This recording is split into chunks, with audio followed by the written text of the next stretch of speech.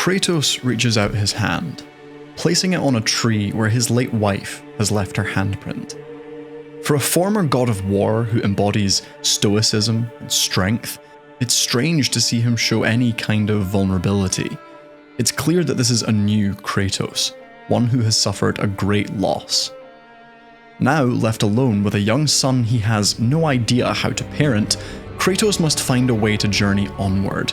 Try as he might, it's this action of reaching out his hand to Atreus he's completely incapable of. Could it be his sinister past making him feel unworthy? Or the ashes of his first family scarring his skin, reminding him of his failings as a father? Faye, the mother of this family, has requested that Kratos and Atreus scatter her ashes from the highest peak in all the realms. To a young Atreus, climbing a mountain presents the ultimate adventure, a way to prove to his father that he's worthy of him. To Kratos, though, this mountain takes on a whole new meaning. It's a quest that will demand that he cares, teaches, protects, guides.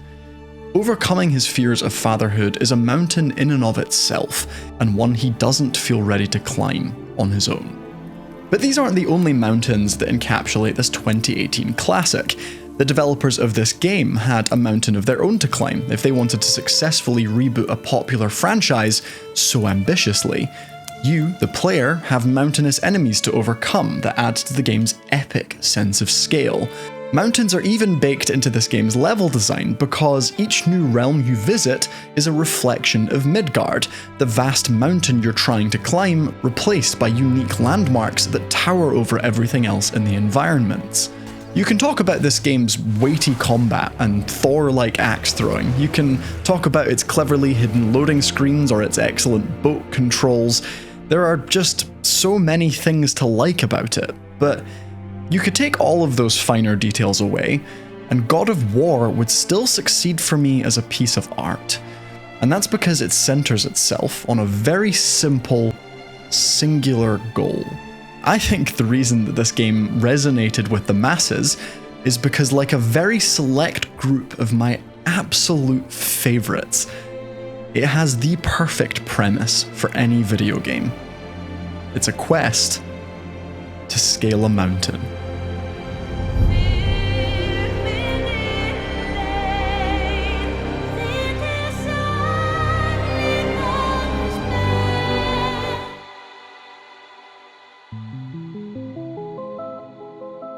I don't think any game has ever made me try quite as hard as Celeste.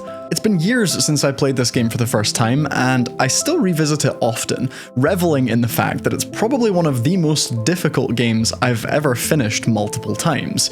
The ascent up Celeste Mountain is a journey of self-discovery, but what it is you'll learn about yourself is beautifully open-ended. You begin your climb as an anxious character who seems to have come here to prove something to themselves. For a character with a history of panic attacks and other mental health issues, this mountain will test the limits of their resolve, and even make them confront some hard truths about embracing the parts of themselves they detest the most. The trip up to Celeste Mountain's summit is not one that any old beginner can make, and that's represented through some sublimely challenging gameplay. Celeste takes the sheer danger and challenge that real mountain climbing involves, and it distills it into video game form. Its tight 2D platforming demands that your every move is pixel for pixel perfect, a bit like how rock climbers need to execute each pitch with pinpoint precision or risk an untimely end. Even the slightest touch of a hazard is enough to kill you, so it's a game where practice makes perfect. You'll think you have the exact route through a screen sussed out, you'll mentally rehearse each move, and it all seems so simple on paper. Execution is another thing though, because you can have the first 2 or 3 moves of a sequence down, then you'll come to the 4th and 5th, lose your focus, and be instantly booted back to the beginning. In most games, coming so close to success only to fall at the last hurdle is enough to cause frustration and doubt. But that isn't the case with Celeste. Everything in Celeste is always encouraging you to keep climbing. The developers don't want to grind you down and make you quit, they want you to battle through the adversity in front of you and come out the other side all the stronger from it. I don't know about you, but when I lose to a boss or miss a challenging jump in a difficult game, my thought pattern in that moment is always pretty predictable. I'm so stupid. That was so simple. I'm so bad at this game, I'll say to myself. In Celeste, I catch myself saying these things, but thanks to the way the game is written, I approach its screens with a unique optimism that other games of this difficulty don't give me. When I do end up succeeding, I realize that all of my self-criticism doesn't actually help me when I'm facing challenges, and there are other internal monologues I can listen to. This is a game that doesn't just challenge you through its gameplay, it challenges you through its narrative, forcing you to confront the negative patterns of thinking you might have adopted and consider how you might be kinder to yourself. I think one of the things I love most about this game is how beautifully applicable it is. It's one of the few games I've played where I can call my character any silly name that I like, and yet I will always call them Duncan because it feels like the game is speaking directly to me. That's even more amazing when you consider that this wasn't necessarily a game that was written for someone like me. The creation of this game coincided with a totally different journey of self-discovery than most players will experience, because Maddie Thorson, the central creator, transitioned while developing it. Conquering Celeste Mountain was for them the trial of self-acceptance channeled into a creative project. It's a game that teaches us that our own internal struggles can be the toughest mountains that we climb, but that doesn't mean we can't overcome them.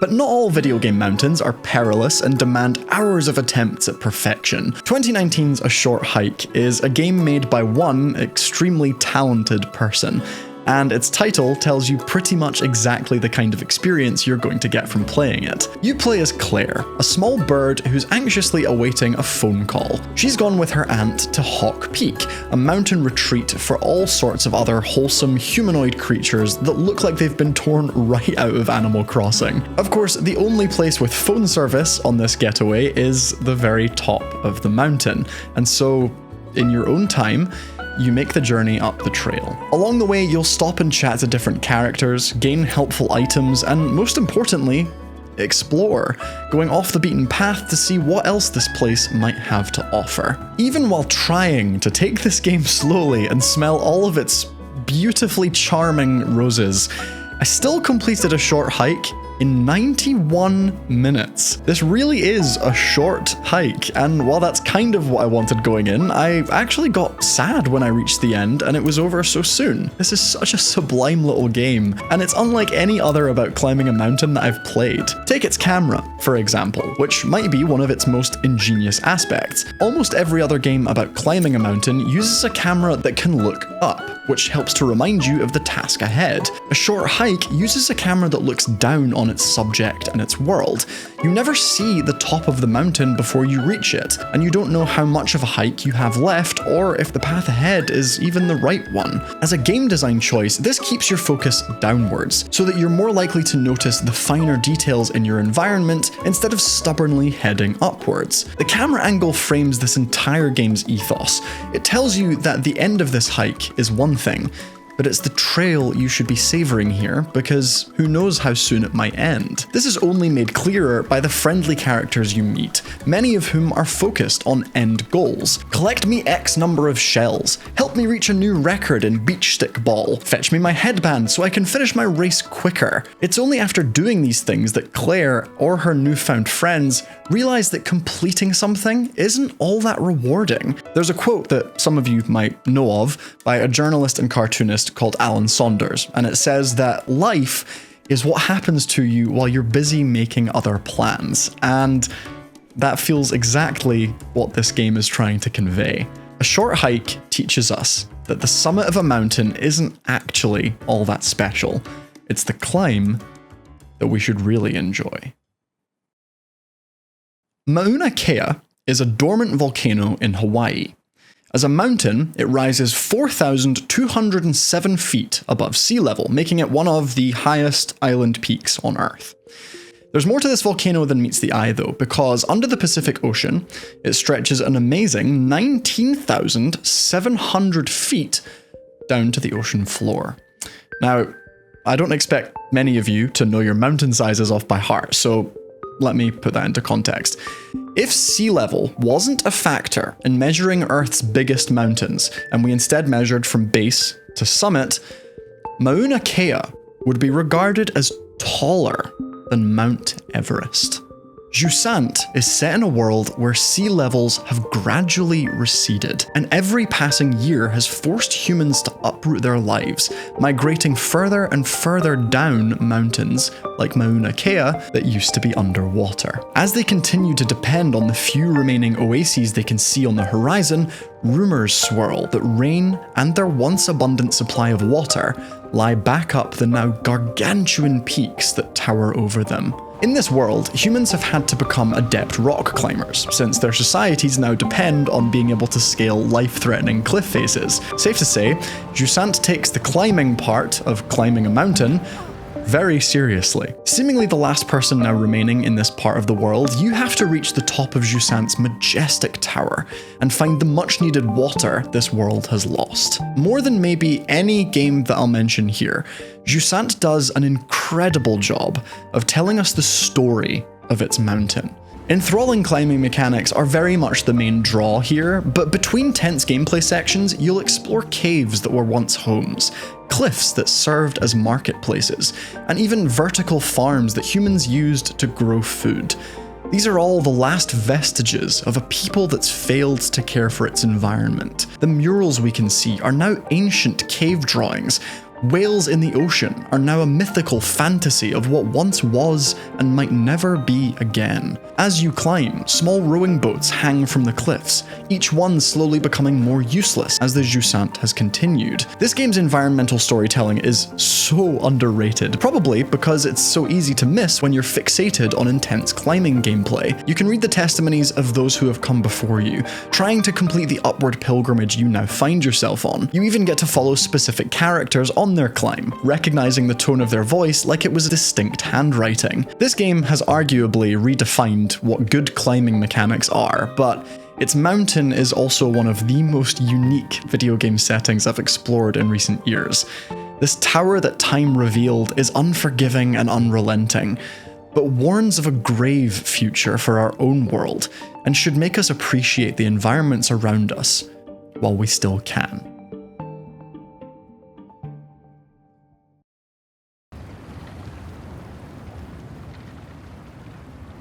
If you ask enough people what the most frustrating game of all time is, Getting Over It with Bennett Foddy will probably come up. It is, on its surface, a rage game, something that's designed to make you angry, to force you to fail, and an experience that seemingly has no deeper meaning or purpose besides. You play as a man whose lower half is a cauldron. You don't have much to your name, but you do have enough upper body strength to wield a sledgehammer that both of your hands might as well be glued to. As you can imagine, the act of moving this character feels completely unruly.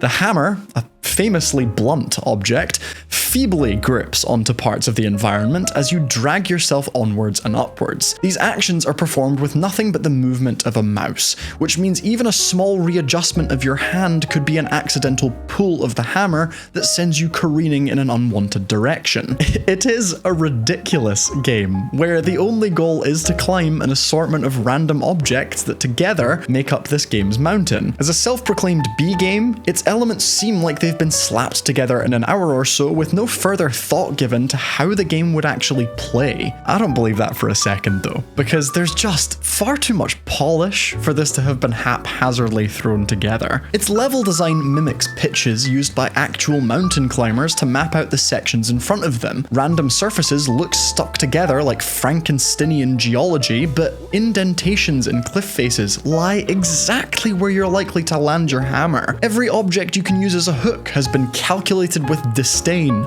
inviting mistakes from the player that have clearly been found during playtesting. Not every part of the design is against you though. Each pitch actually has the potential to teach you a new technique that you can use later in your ascent, and there are even a few safety nets that both save you from a larger fall, but also let you know just how close you are to losing all of your progress. In episodic voice notes, this game's creator, Bennett Foddy, tells you that this mountain is made up of trash, free assets found in the game's engine.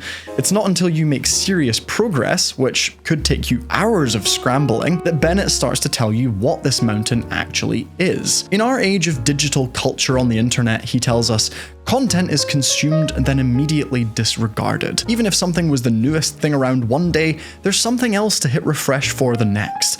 And what was valued highly becomes garbage we no longer care about. Bennett Foddy's mountain of random nonsense is the internet.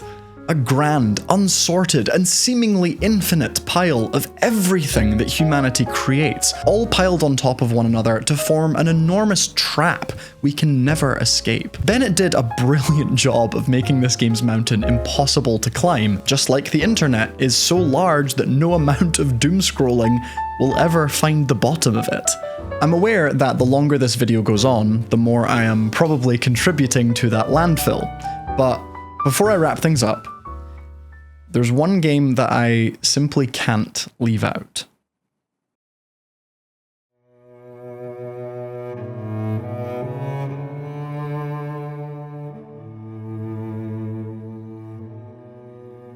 That game company's journey arguably changed the face of what mainstream, successful video games could be. And the quest it sends you on is one of epic proportions that manages to do so much with so little. You awake as a small, hooded figure in a vast desert, and with a mountain peak shimmering in the distance, you know exactly what the game will task you with. There are no intense climbing mechanics here, no hazardous platforming sections, nor fetch quests for friends you meet along the way. That game company didn't even use words or language, so everything you do as a player is communicated through feeling, sound, and imagery. Despite its simplicity, it feels like every other game I've mentioned here is chasing Journey in some way. They are all games about climbing mountains, but this is the quintessential mountain climbing game that informs all others. For instance, the central quest in God of War is called simply The Journey, and while that could easily be a coincidence, the development of Kratos and Atreus' relationship throughout their climb feels exactly like one of Journey's USPs. While it can be enjoyed in its entirety as a single-player experience, if you happen to be playing Journey at the same time as someone else, you'll get grouped together in a totally random online co-op mode. You have no control over who your partner is, and with such limited ways of communicating with one another, or finding common ground, you develop a bond with them that's so intrinsic that it's difficult to quantify. You go through all the game's trials and tribulations with them, and if you separate at any point, there arrives this harrowing sense of loneliness.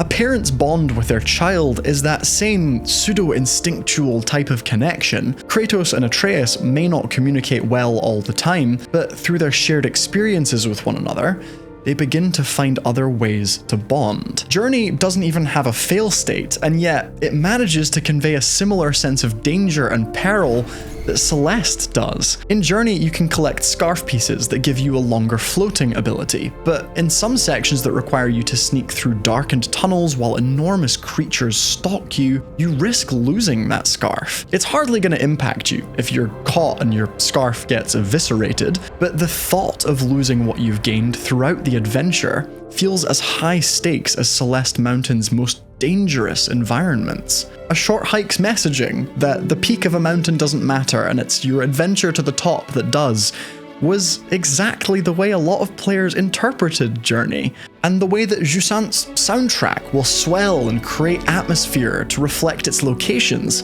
is something that so many games have tried to emulate from Austin Wintory's orchestrations for Journey. Even Bennett Foddy's commentary in Getting Over It is strangely applicable to Journey. This was a game that used almost none of the typical devices that video games used to become popular back then. There weren't guns, explosions, or really much action at all. You can move, you can jump, and you can make small chirping noises. And so it was something that required very little skill to play. Journey's mountain feels like the antithesis of getting over its digital landfill, because it was an entirely original piece of art that stands alone even more than a decade later. There still isn't anything quite like Journey, except maybe the more recent projects made by its creators. In more general terms, it's actually really difficult for me to try and sum up what Journey's mountain represents, or even what the game's designers meant it to stand for, and I don't think I would ever want to try and press a meaning on you. This game's mountain is its entire experience, and thanks to the utterly wordless show but don't tell approach, it could take on a completely different significance to you than it did for me when I first discovered it. When I first had the thought to create this video, I wanted to try and answer the question, why do so many video games make us climb mountains? Maybe it's because they represent the ultimate challenge, or because they personify a call to adventure. They offer you the chance to discover new ground, whether that's within yourself or in a new, unique setting. Mountains force us to conquer our doubts and fears in whatever form they take. From base to summit, they give you a clear end goal, but what you could discover between those points is infinite. In short, mountains have everything you need to make a brilliant video game. If you're still here, thank you so much for watching through to the end. This was a lot of fun to put together, and I hope you enjoyed watching it. Now, inevitably, I have missed out your favorite game. So please, head to the comments below and tell me what the best video game mountain is.